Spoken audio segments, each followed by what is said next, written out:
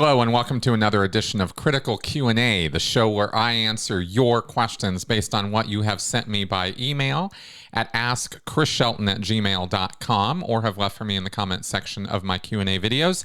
I prefer that you send the questions to me by email. It's super easy, and I will get them and throw them right into my queue. And we've got a number of questions to take up this week. But first, I need to say a few things. Thing number one, I really apologize for the aborted effort at a live stream today. Just had internet issues and trouble, called Verizon, got it sorted out. And so there you go. Hopefully that won't be a problem for future live streams. But I am sorry for inconveniencing everybody with that sudden announcement. I said I was not going to do a live stream, and then I did try to do a live stream, and I'm just kind of all over the place sometimes, and I apologize. So also, I wanted to put a plug in for something that you guys might have heard of over on Amy Scobie's channel. This has been being promoted.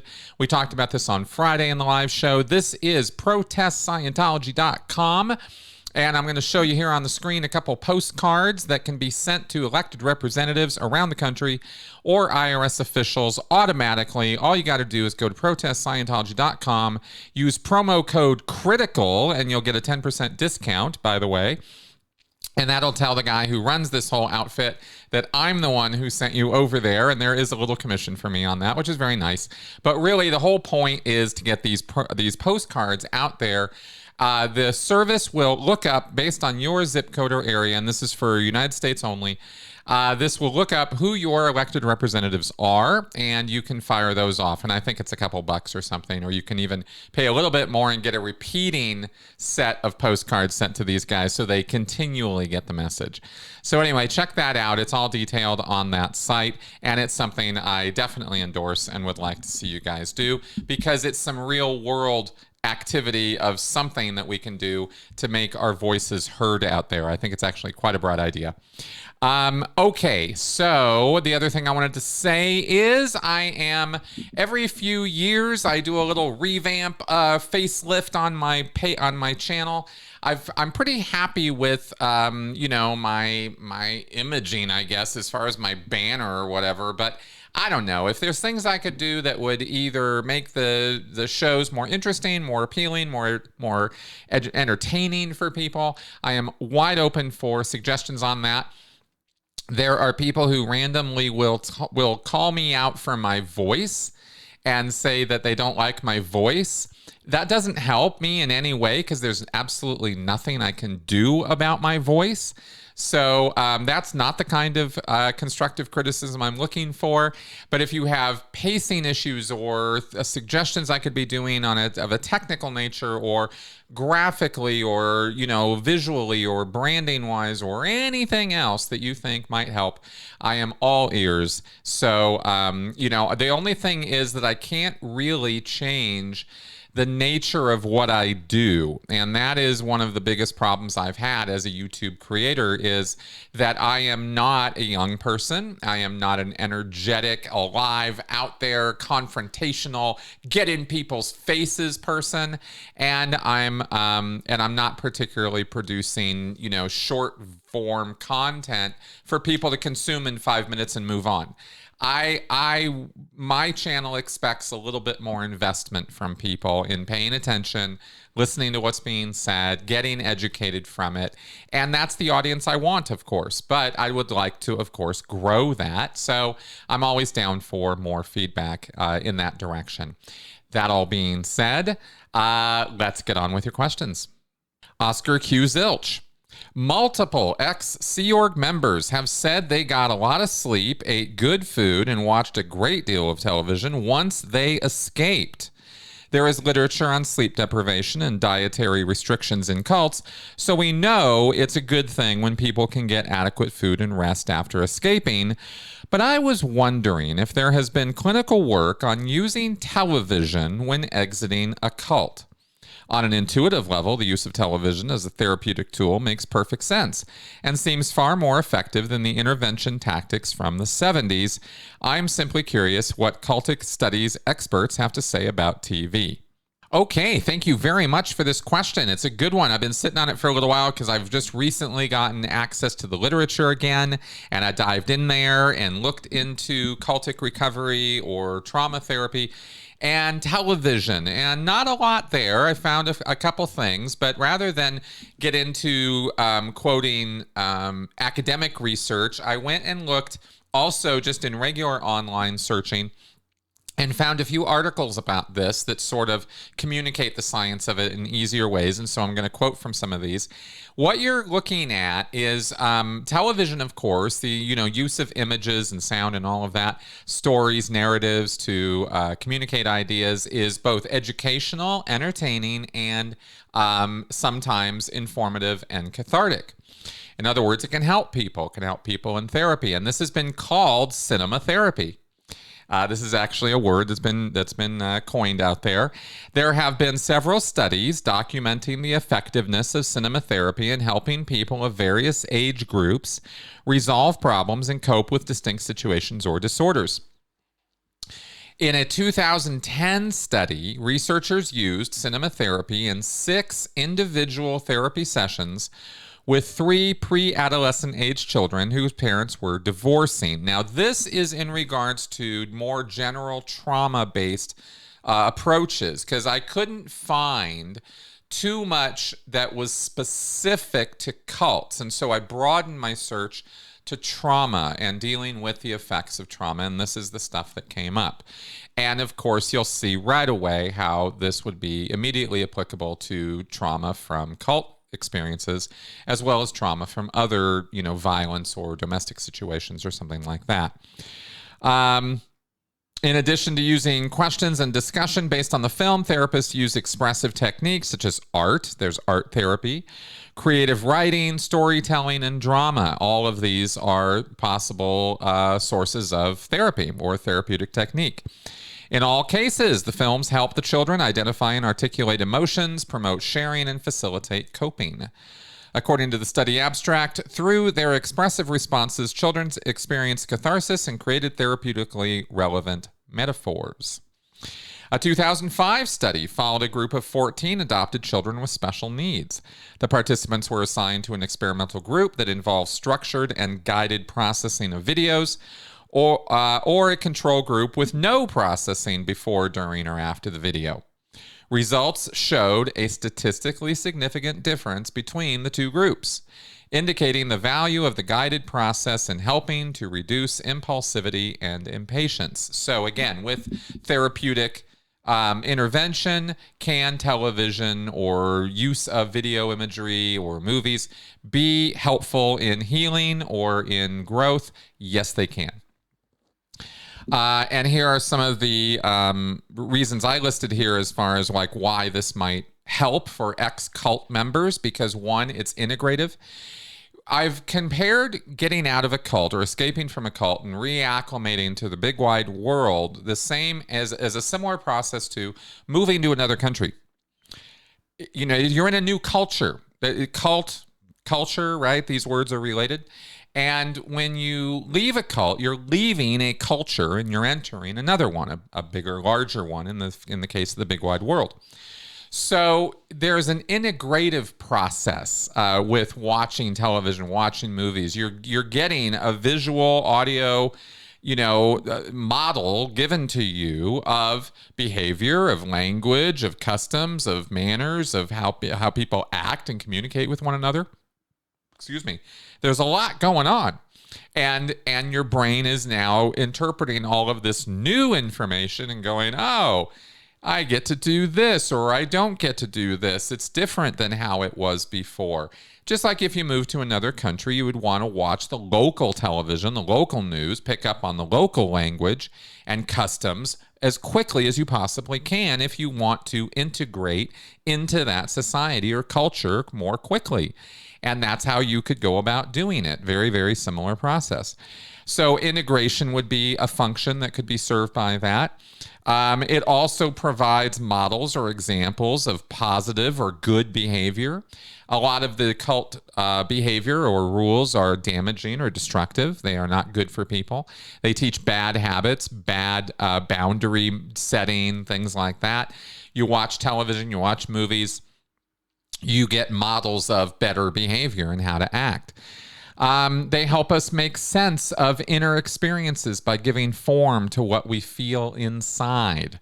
This is really, really good for people coming out of cults. And one reason why it can be so helpful or cathartic to watch documentaries or movies or television shows portraying life in other cult activities or other groups. And you can kind of see, oh, that's a way to describe or talk about or show how I'm feeling right now, even if it's a different group. You watch Wild Wild West as a former Scientologist, you're going to be identifying all kinds of things going on under this Osho guy that also happen in Scientology. Or same with, Branch Davidians, or with David, with Koresh, or with Jim Jones, or the Moonies, or other groups, Nexium, for example, all kinds of parallels.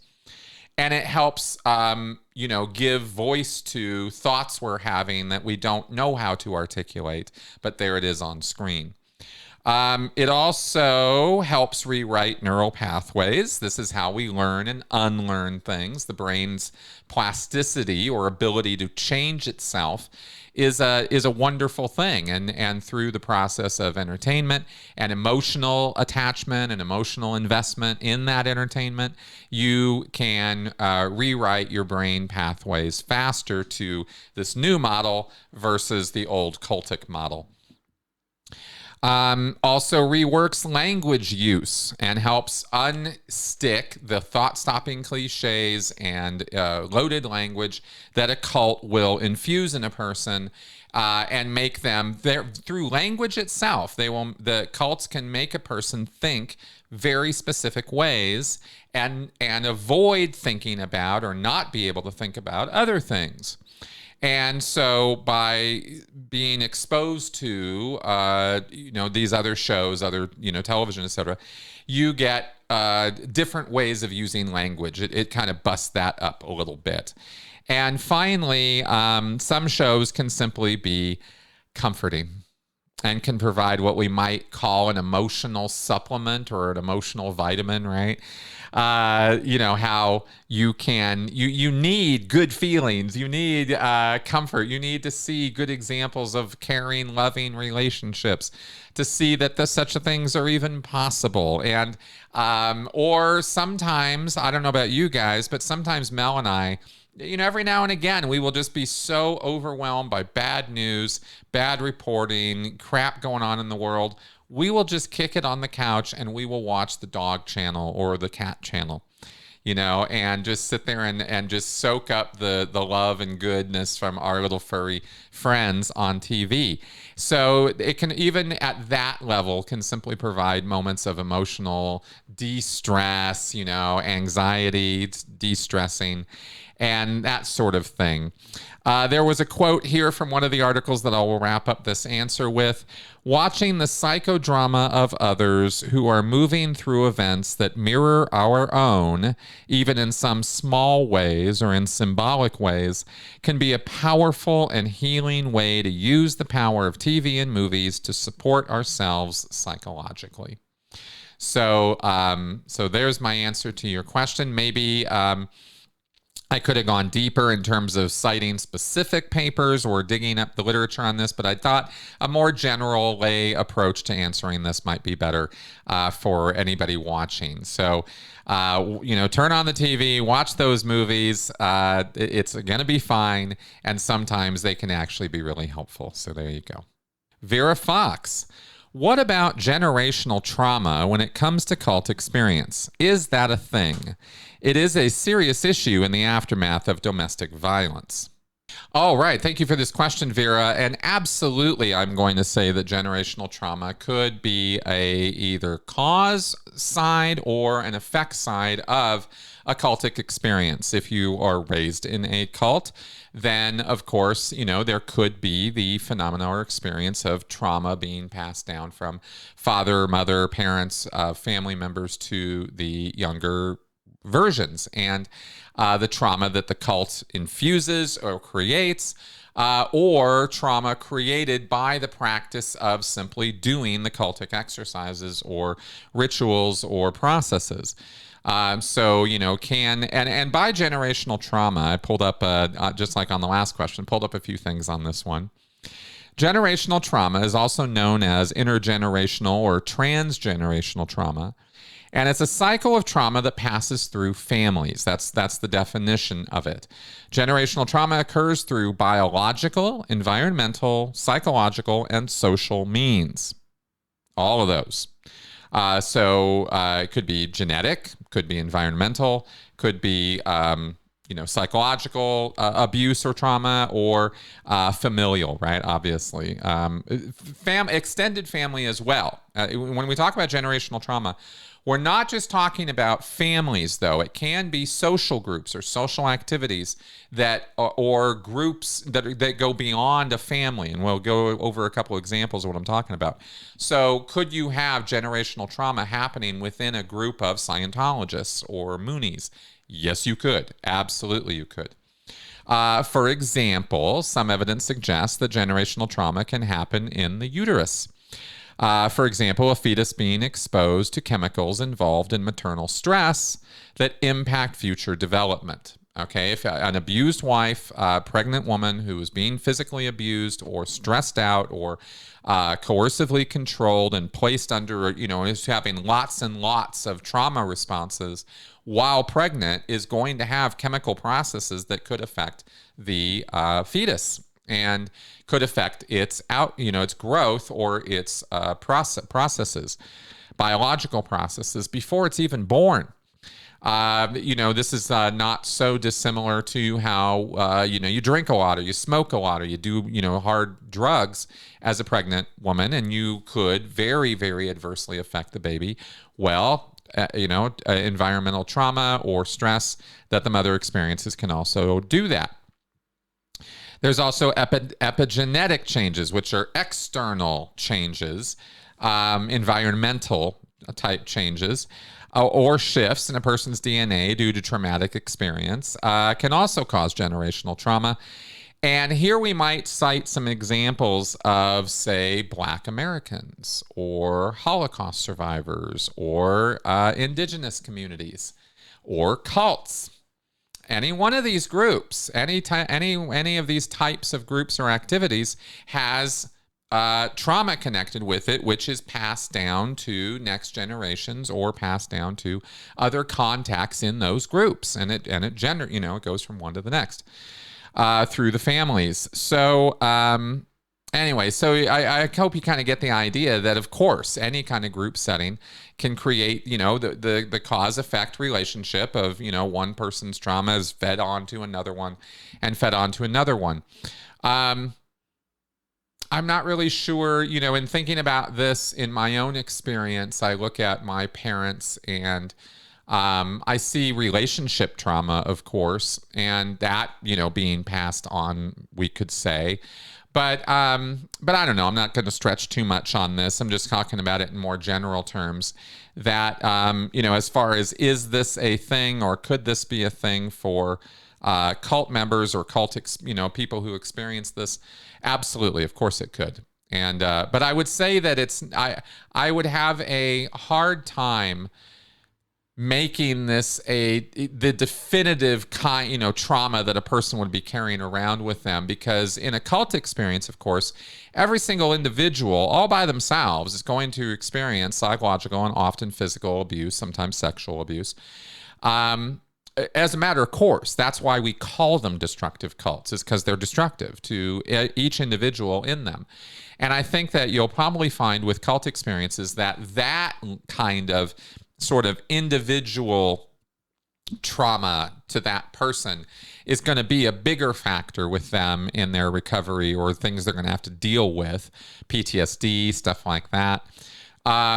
Different from, the effects of generational trauma they might experience. It's going to be part of the package, but I don't think we would call it like the whole thing or even most of what their problem is going to be. So that's what I can say about that. Doritos are health food. I did some objectives after watching your podcast on them by using my phone. Shortly after, I went on a cleaning and ordering frenzy of maximum proficiency and thoroughness with a sudden surge of energy. So I would say I found some benefit in doing objectives. I got my place really made sparkling and did a lot of things I was putting off. However, I found this to wane after I was done. I cannot help but think this is a bit like a form of self-hypnosis wearing off, brought about by the repetitive nature of the processes. Would you think that the problem is that it wears off and one needs more of it, so one could then become an auditing junkie? And even if it does, could it not be argued that a person gained regardless? What an interesting question. Now, of course, during my live stream, talking about the objectives and quoting extensively from the Objectives Handbook, I kind of said, I'm really not doing this so people will go and do these objectives. I wasn't trying to teach them to you. And we really only glossed over the commands, not so much of the process and procedure. And I also want to point out that objective processes are not solo auditing. This is something that an auditor does to you as the pre-clear. This is how objectives are done. So you didn't really do objectives on yourself. You carried out some commands of some processes until you felt good, and then you cleaned up. And, basically what you did is you engaged in a kind of exercise that released endorphins. And you got all energetic and hyped up, and that's great. And then you went off and, in your inspired state, decided to clean up and get a bunch of stuff done. Been there, done that. Totally been in that kind of mood before. This is called the release of endorphins. Exercise can do this. Taking a walk can do this. Lots of emotionally impactful activities can do this. We become inspired, you could say, or get a morale boost or a second wind. Lots and lots of different ways. Life produces this in us all the time. And so to say, well, I watched a live stream and did a few commands and I felt great and therefore objectives work, I'm like, okay, sure, so does exercise, so does eating, so does, lots of other things that will produce that effect. But what you did was not objective processing. I want to be clear that it's a formal process where you're in an org or an auditing room and there's an auditor and he's writing stuff down and he's the one who executes the commands on you. And often during objective processing, in fact, by design, it is meant to produce a state where you go into a trance or even fugue state where your consciousness level, your awareness level goes down. You become semi-conscious or even fully unconscious. I've watched people fall asleep during objectives or just pass right out. And the auditor's job is to continue running the process on the person through that, where they snap around or wake up or come out of that state.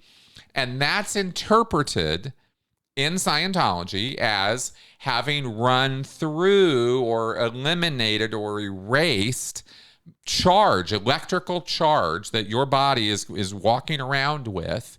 And that's what creates the mental image pictures and bank related or reactive mind related masses that impinge on your body that cause you to act silly or stupid or dumb. It are restimulated. This is the terminology they use in Scientology, is you get restimulated by these past traumas that you're carrying around with you as energy deposits, basically. And the objective processes are supposed to be releasing these, or even sometimes waking up and releasing BTs, body thetans. So that's the Scientology theory of what objective processes are doing, is they're taking your thetan, you, and sort of orienting you and snapping you around into present time by releasing your attention units from these energy deposits that you're carrying around in your body. And if you're going to tell me that objective processes work, then what you're telling me is everything, all that bullshit I just told you is all true. Because that's the theory of objective processes. I'm not making this up. This is what Hubbard made up. I'm just telling you what he made up. And he made up energy deposits and reactive minds and mental image pictures, and how this is how you're carrying around your past trauma. So objective processes do not work in that. They do not do any of those things because none of that's real. There are no body thetans. There are no energy deposits around your body that you're carrying around with you, like Jacob Marley's chain of sin. You're not that. That's not the picture. That's not how reality is. That's L. Ron Hubbardism, and that's Scientology. So if you do a practice of, looking around a room for a while, or picking things up and, oh yeah, it's red, and then picking this, oh, it's black, and noticing things in the room and picking them up and putting them down until you feel better, great, wonderful. But don't interpret that as objective processing works. Very different things. I hope I'm being clear in how I'm describing this, because it's just not a true claim that you sort of solo tested it on yourself with a phone and now objectives work. Now, all that being said, in your question you asked, maybe this was a bit of a self-hypnosis thing and it waned afterwards. That's one interpretation that has some degree of validity to it. I would say I kind of, flow more towards the, sort of hormone exercise explanation for this. You go out and exercise, you feel better, or you get going and you inspire yourself. You listen to some good music, you get something going, and suddenly cleaning or organizing or getting things going is easier to do. I've had this happen to me so many times in my life with having it had nothing to do with objective processes, that I will relate it to, a much more common experience.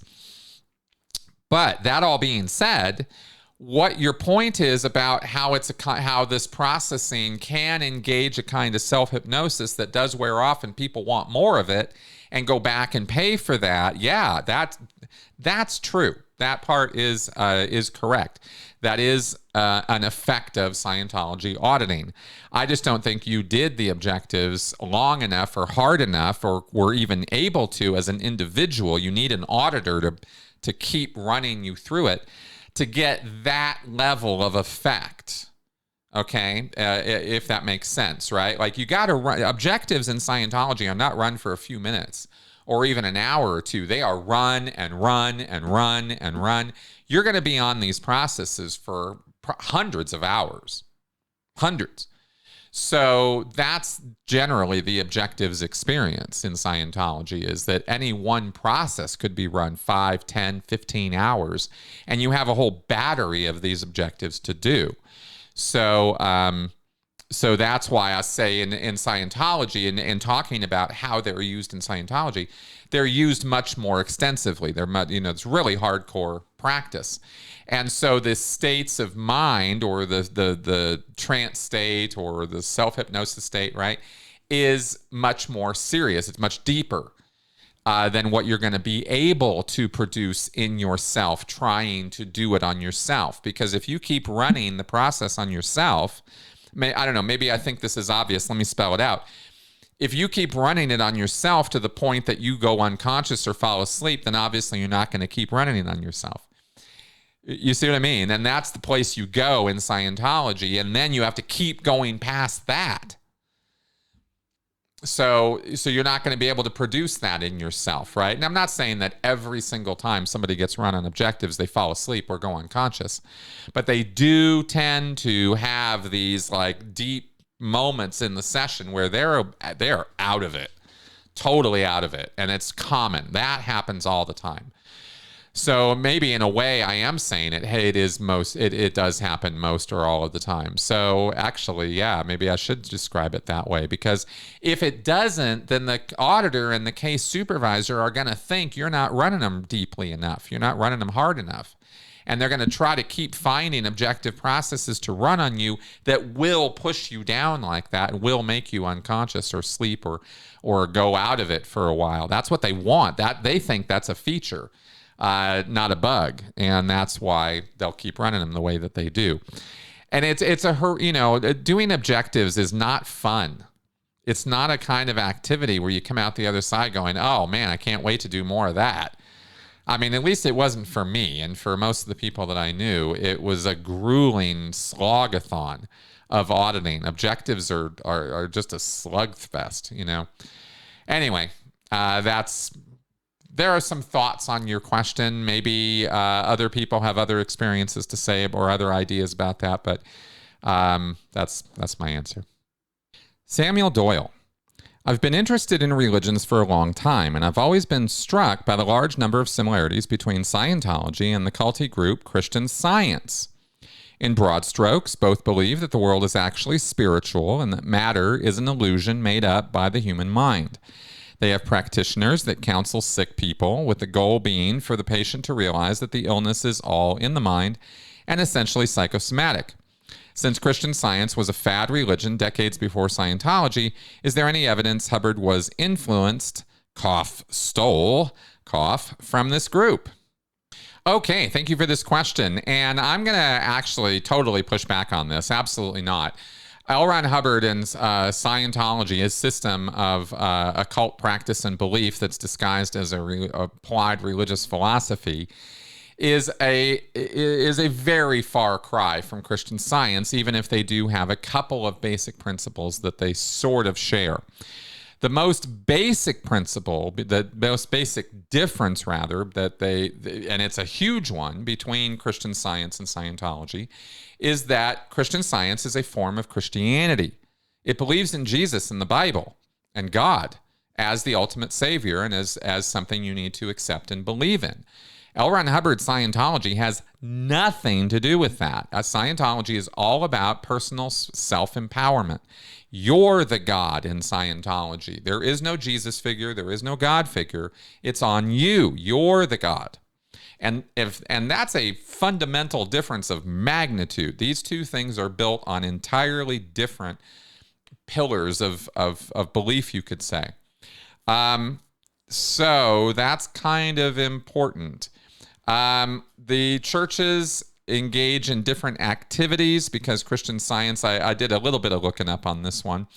Of course, Christian Science has traditional Sunday services. Scientologies are a bit of a joke, and they hardly even run them or deal with them. Now, sin here is a kind of a big one in terms of difference, because L. Ron Hubbard uses sin, or what he calls overt acts, to control you. He uses the concept of guilt and shame to very much guilt blame and shame blame Scientologists into believing that they are sinful creatures, and it is only by confessing those sins in writing or in a Scientology confessional session that they can be expunged or purged of their sins. But they are all written down, and they have to make amends, and they have to do things to make up for those sins. But more importantly, they believe that it is those sins, those overt acts that they've committed, that have actually caused their spiritual travail and problems in their life. A person who is overts in Scientology are blamed for anything from bad eyesight or missing or misperceiving things, all the way to being gay, or being a criminal, or being anything non-optimum. It's all because of your overt acts. And it's not just a matter of a little simple confession and it's all over. There's a lot more work on that. And in Christian Science, of course, freedom from sin is only possible through Christ.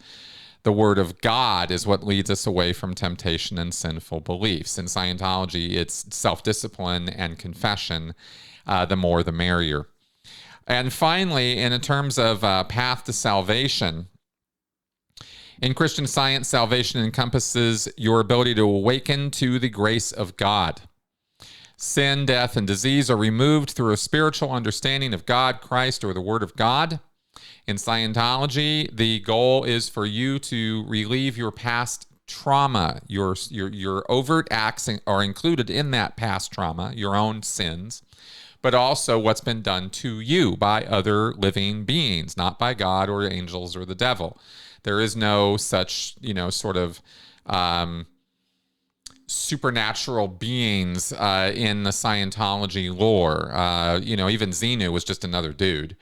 There aren't angels and demons in Scientology. There's just you. And whatever the creator figure is, it has long ago been, abandoned any of us, if there ever was one. Hubbard he just doesn't go into it. So there is no appeal to God or grace of God or expunging of your sins via belief in God or belief in his word. That's just not, it has nothing to do with Scientology, but that's all about what Christian Science and other branches of Christianity are about. So are there parallels? Could Hubbard have heard about Christian Science? Of course he did. He did talk about Mary Baker Eddy in a couple of lectures, but not in any kind of like, oh yeah, we got this and this from her. It was just more Christian nonsense, if I remember right. Maybe he made some parallels to the concept of disease is a psychosomatic thing or a disease of the mind, and in that way there is some similarities between Scientology and Christian Science. But those concepts are not exclusive to Scientology and Christian Science.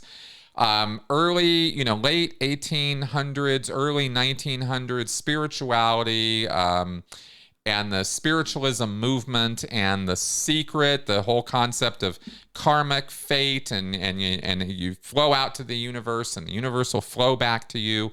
All of these kind of concepts come out of Madame Blavatsky's work and the spiritualism movement, and it's melding with Christian and belief, and even there's variations of this with Jewish orthodoxy. I mean, I'm not a religious expert on this. I'm just throwing stuff out that I've heard about over the years, having to do with where occult practices come from, and the sort of melting pot of ideas that occurred in the early 1900s on this were profound and a great deal to do of influence on all the things that we are now experiencing as a spiritual revival of the 20th century.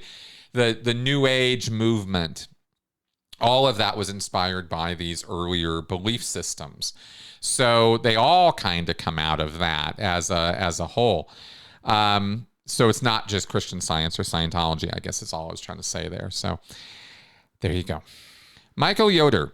I recently heard Jeffrey Augustine on another channel talking about the Over the Rainbow documentary, which he didn't like. The conversation turned toward EST and Landmark, and he mentioned that LRH concocted the EST Repair Rundown.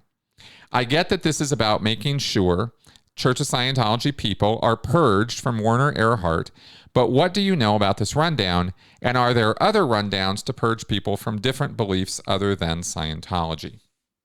Oh yes, the EST Repair Rundown. Yeah, this was a series of bulletins that came out in 1989, 2 years after Hubbard dropped the body, took off, left, died, started pushing up the daisies. These bulletins came out. So, did L. Ron Hubbard write them? Did L. Ron Hubbard have anything to do with them? Who knows? Probably in some fashion or another.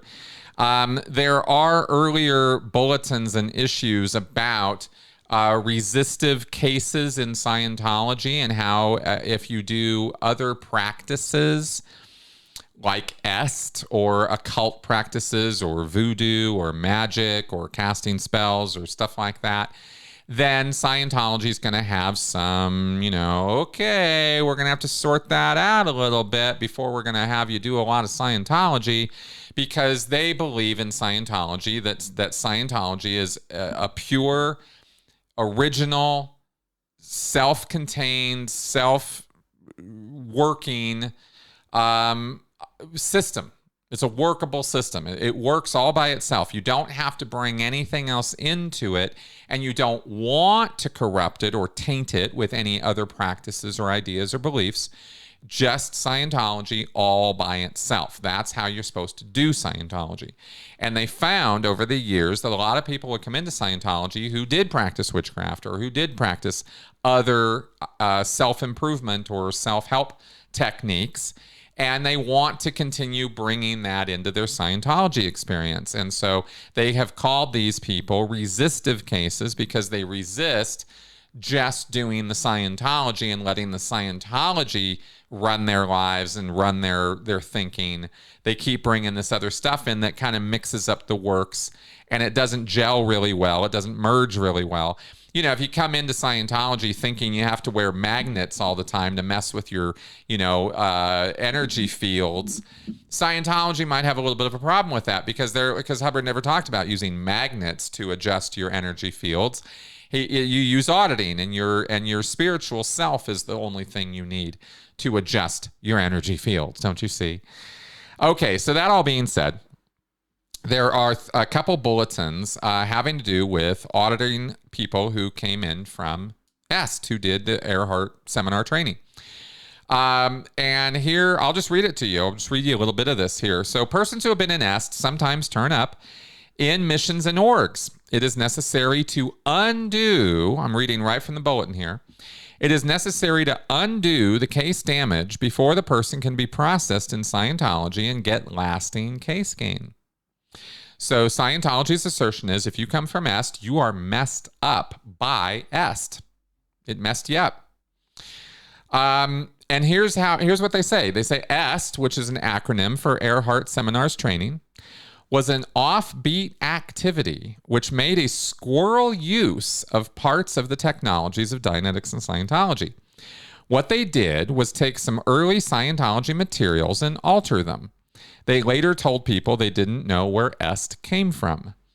The real trouble with EST is that it messes up cases. For example, their squirrel processes sometimes bring about forcible exteriorization, but they don't have any tech to repair out int. Okay, so if you go exterior in Scientology, if your thetan pops out of your body, you will need a particular auditing action called an interiorization rundown. And until you get it, you have a label on you called out int. Okay, that's the simple explanation. There's deeper explanations, but I'm not going to go into all that. We're talking about EST today. It also says here, covert and overt evaluation are rampant in EST, and some former EST cases have had implants restimulated by EST's psychiatrist-like use of evaluation and invalidation. Additionally, they confuse people with false data.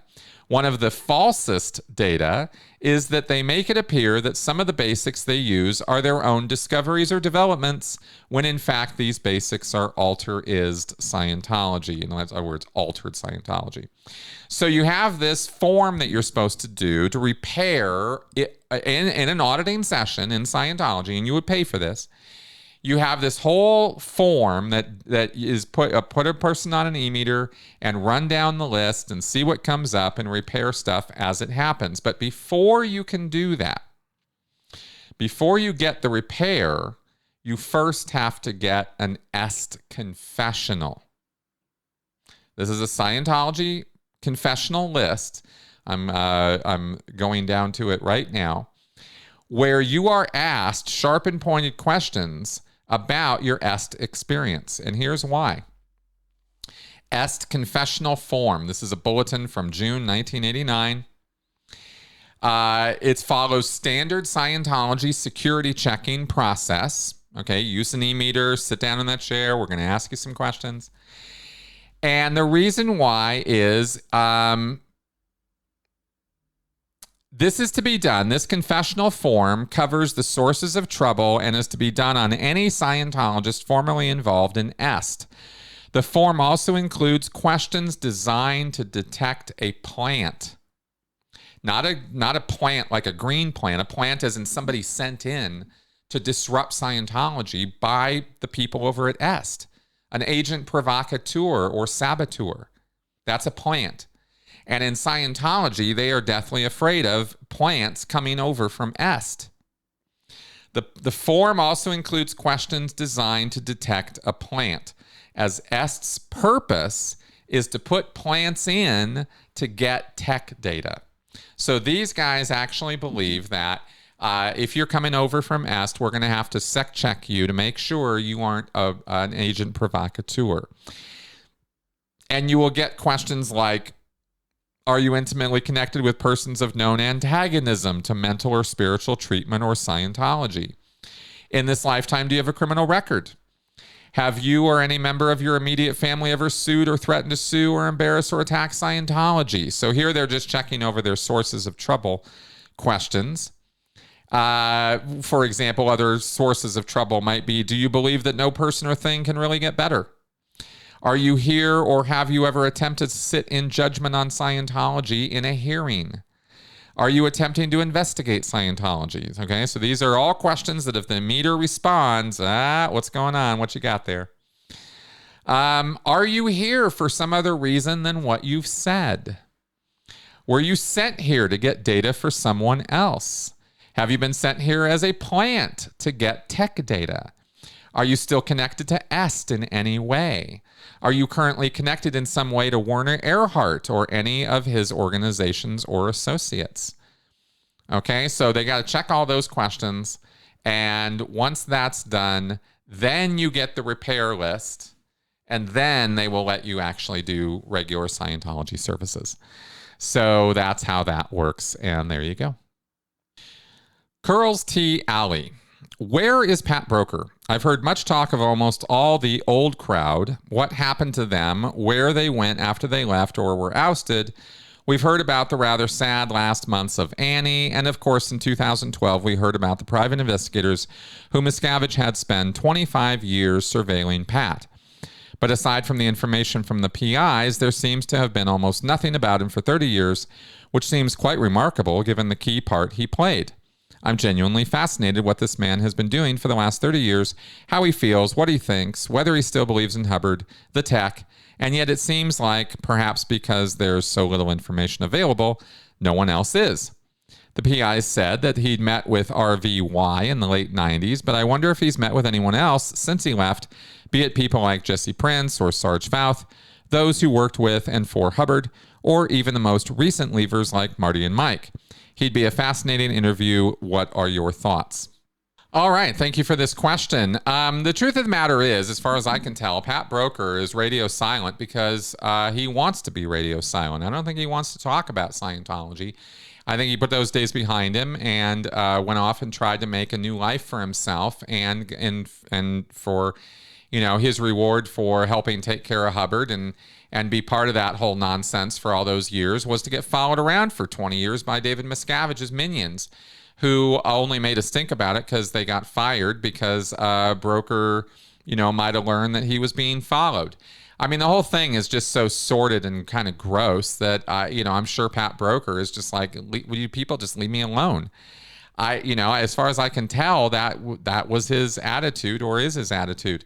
We don't know anything really about him or what he's been up to. There is a Wikipedia page about him, and the very little information we have is that he was followed around.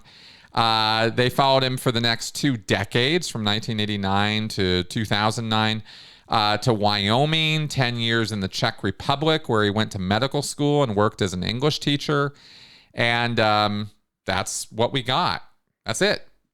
And as far as I can tell, the guy just wants to be left alone.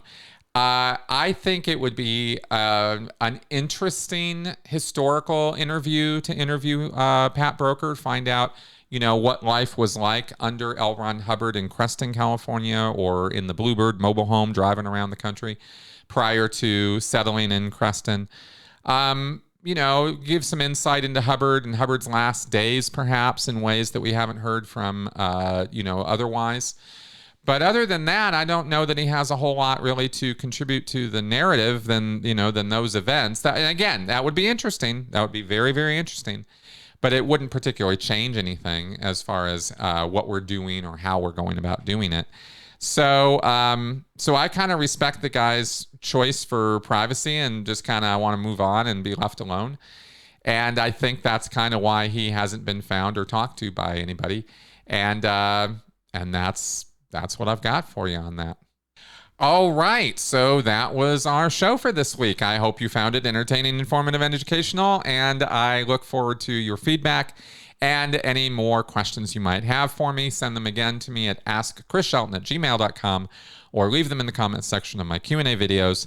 And of course, if you're finding the show useful to you, entertaining to you, please consider supporting the show. There is Patreon, PayPal, Venmo. There are links below in the description section to this video, so you can show me some support and some love. You can also sign up as a member on this channel. There is a join button below here on YouTube, and a couple of easy peasy membership levels you can sign on for. All right, that all being said, I'll see you guys soon. Bye-bye.